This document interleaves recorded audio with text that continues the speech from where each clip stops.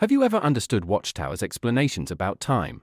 Times and half a time and 1,290 days and 1,335 days in Daniel 12? And have you ever understood how do they relate to the Watchtower organization from 1914 to 1926?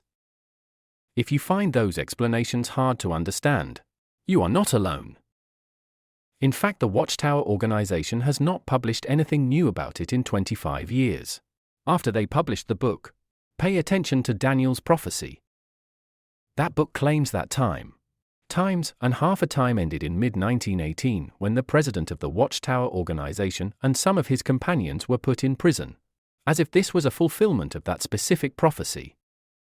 That despite the fact that the organization continued its operations without interruptions in its publication of the Watchtower magazine. You might want to hear what JW.org says about the prophetic period of 1,290 days mentioned in Daniel 12 verse 11. It claims the 1,290 days began in early 1919 and ran until the autumn of 1922. And what does JW.org say about 1,335 days mentioned in Daniel 12 verse 12? In fact, we can hear from their wording that they are not sure. They write, history suggests that it simply follows on the heels of the preceding period. In that case, it would run from the autumn of 1922 to the late spring of 1926. We see that they are not sure, because here they use the terms suggests, and in that case it would. We see that it is pure speculation. That is why it is hard to believe their explanations about these specific time periods in Daniel 12. The events concerning the Watchtower organization between 1914 and 1926 are not extraordinarily significant, so why would they be portrayed in Bible prophecy? JW.org claims that late spring in 1926 was a significantly happy moment for the Watchtower organization and served as a fulfillment of Daniel 12 verse 12, which says, "Happy is the one who keeps in expectation and who arrives at the 1,335 days." Was there something special to celebrate in late spring of 1926? No, but JW.org claims they were especially happy at that time and did fulfill that prophecy. They write about that time the following. No longer were the holy ones looking to the past. They were looking confidently to the future and the work ahead. As prophesied, the 1,335 days therefore ended with the holy ones in a happy state. But what was the real situation in 1926 in the Watchtower organization? Were they really that happy? In fact, they had just realized that their hopes concerning 1925 did not materialize. Here is what the Proclaimer's book tells about this. We may confidently expect, stated the booklet millions now living will never die, back in 1920, that 1925 will mark the return from the dead of Abraham, Isaac, Jacob and the faithful prophets of old to the condition of human perfection. Not only was the resurrection of faithful men of old expected in 1925, but some hoped that anointed Christians might receive their heavenly reward in that year. The year 1925 came and went. Some abandoned their hope. But the vast majority of the Bible students remained faithful. Our family, explained Harold Tautgen, whose grandparents had become Bible students about the turn of the century, came to appreciate that unrealized hopes are not unique to our day. The apostles themselves had similar misplaced expectations. Jehovah is worthy of loyal service and praise with or without the ultimate reward. Do we see here any evidence that the early spring in 1926 was an especially happy moment for the Watchtower organization? No, but instead it was a year when they had to recover from their disappointment concerning the expectations they had for the previous year. We can conclude that the explanations presented by JW.org concerning the 1,335 days in Daniel 12 are simply not true. It is the same with their other explanations about the time periods presented in Daniel chapters 7 and 8 and 12. In this case you might ask, to what time then do these prophetic time periods refer to? Let us read Daniel 12 verses 6 and 7 and see what we can learn from them concerning when is the time, times and half a time. Then one said to the man clothed in linen, who was up above the waters of the stream, "How long will it be to the end of these marvelous things?" Then I heard the man clothed in linen, who was up above the waters of the stream, as he raised his right hand and his left hand to the heavens and swore by the one who is alive forever, "It will be for an appointed time, appointed times, and half a time. As soon as the dashing to pieces of the power of the holy people comes to an end, all these things will come to their finish." Did you notice the question, how long will it be to the end of these marvelous things? Isn't this question about the end of this system of things? And what does the last sentence in verse 7 tell us, saying, "As soon as the dashing to pieces of the power of the holy people comes to an end, all these things will come to their finish"? Isn't it clear that this is about the end of this system of things? When we look at this in this way, we see that an appointed time, appointed times, and half a time refer to the final few years of this system of things. It is evident that this period is not about something that happened 100 years ago. The dashing to pieces of the power of the holy people corresponds to what Jesus foretold in Matthew 24 verses 9 to 13. Here Jesus says, "Then people will hand you over to tribulation and will kill you, and you will be hated by all the nations on account of my name. Then too, many will be stumbled and will betray one another and will hate one another. Many false prophets will arise and mislead many, and because of the increasing of lawlessness, the love of the greater number will grow cold. But the one who has endured to the end will be saved." According to Jesus our Lord, the final years will be marked by what Daniel wrote, dashing to pieces of the power of the holy people, because of the worldwide persecution of anointed Christians. We see that JW.org is completely mistaken by applying this to something 100 years ago. What is then the true meaning of Daniel 12 verse 11, which says, "And from the time that the constant feature has been removed and the disgusting thing that causes desolation has been put in place, there will be 1,290 days."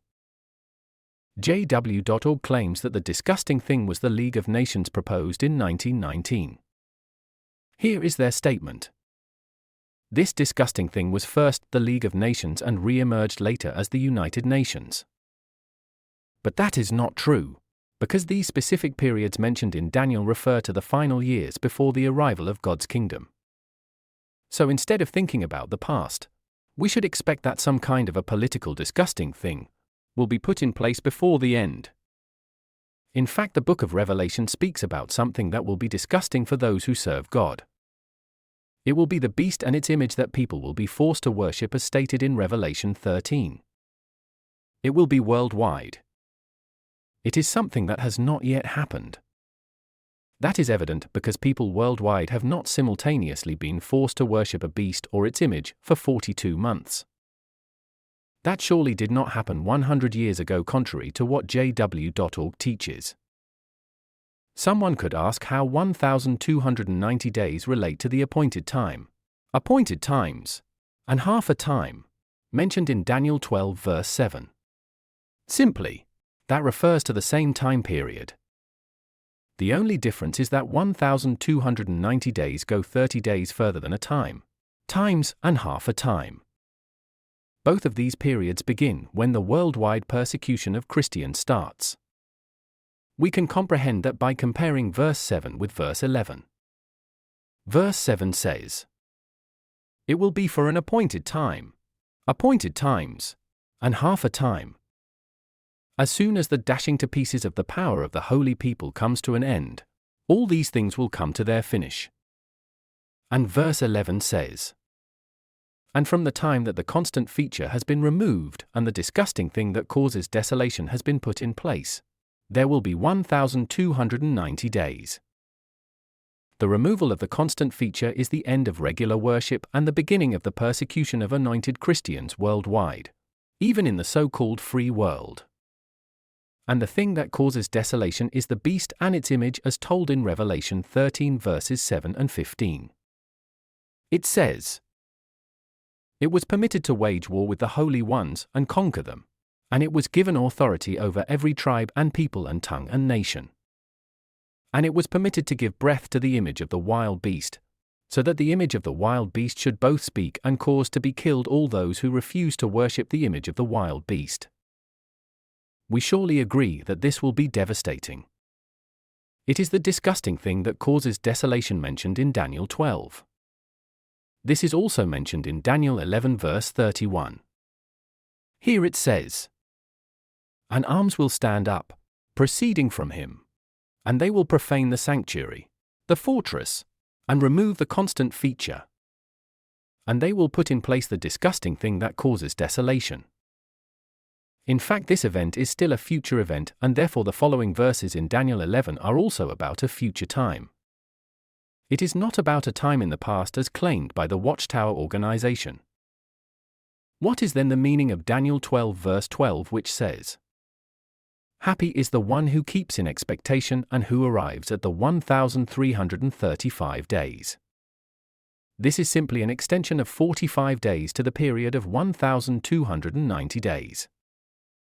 Those who have endured all the way from the start of the worldwide persecution will experience something good finally at the 1,335th day. What could that be? Daniel does not give an answer. But could it be the happiness described after the destruction of Babylon the Great?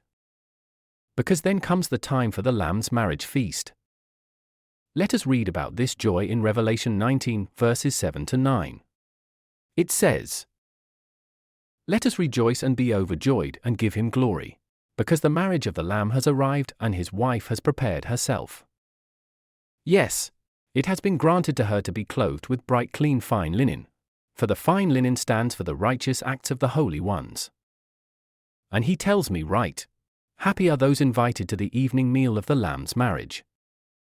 Revelation 14 verse 13 speaks also about this time. Here it says, "And I heard a voice out of heaven say, 'Right, happy are the dead who die in union with the Lord from this time onward.' Yes, says the Spirit, let them rest from their labors, for the things they did go right with them."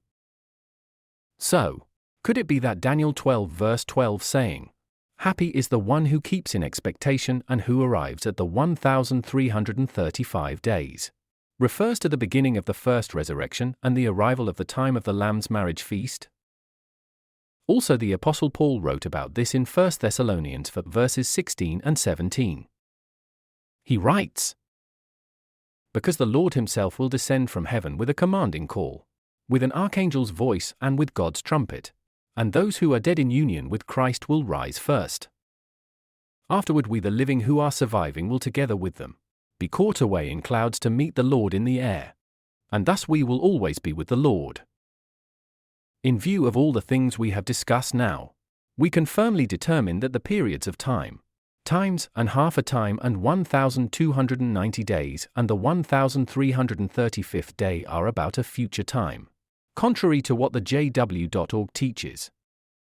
It was not about anything that happened within the Watchtower organization 100 years ago. I hope you got more clarity of Daniel chapter 12, and if you want more interesting explanations of the Bible, check out other videos on this channel.